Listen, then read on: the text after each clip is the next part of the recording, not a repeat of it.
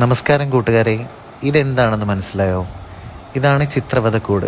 എന്താണ് ചിത്രവധക്കൂട്?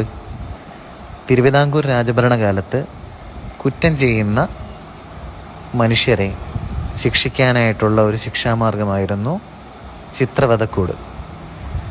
അതായത് കുറ്റാരോപിതനെ പൊതുജന മധ്യത്തിൽ കൊണ്ടുവന്ന് ഈ ചിത്രവധക്കൂടിൽ കയറ്റി കെട്ടിത്തൂക്കുകയും അദ്ദേഹത്തിൻ്റെ ശരീരത്ത് മുറിവുകൾ ഉണ്ടാക്കുകയും പട്ടിണിക്കിടുകയും വെള്ളം കൊടുക്കാതിരിക്കുകയൊക്കെ ചെയ്തിട്ട് അവസാനം പക്ഷികളെ കൊണ്ട് കൊത്തിച്ച് കൊല്ലിക്കുന്ന വളരെ കാഠിന്യമേറിയ ഒരു ശിക്ഷാരീതിയായിരുന്നു ഇത്.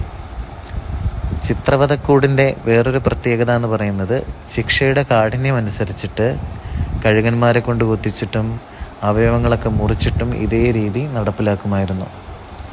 എന്നാൽ ഇത് അവർണർക്ക് മാത്രമാണ് ബാധകമായിട്ടുള്ളത്.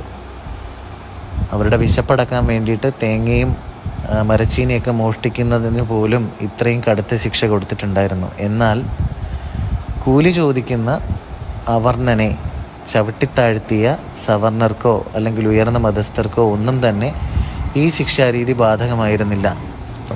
വിവേചനമുള്ള ഈ ഒരു ശിക്ഷാരീതി യഥാർത്ഥത്തിൽ ബ്രിട്ടീഷുകാരുടെ വരവോടുകൂടി അവരുടെ സമ്മർദ്ദപ്രകാരം ഇത് നിർത്തലാക്കുകയായിരുന്നു.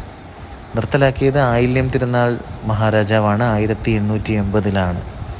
അപ്പോൾ ചിത്രവധക്കൂടിനെ കുറിച്ച് അറിവില്ലാത്ത കൂട്ടുകാർ ഇത് ഒന്ന് ഷെയർ ചെയ്ത് കാണൂ. Okay, thank you.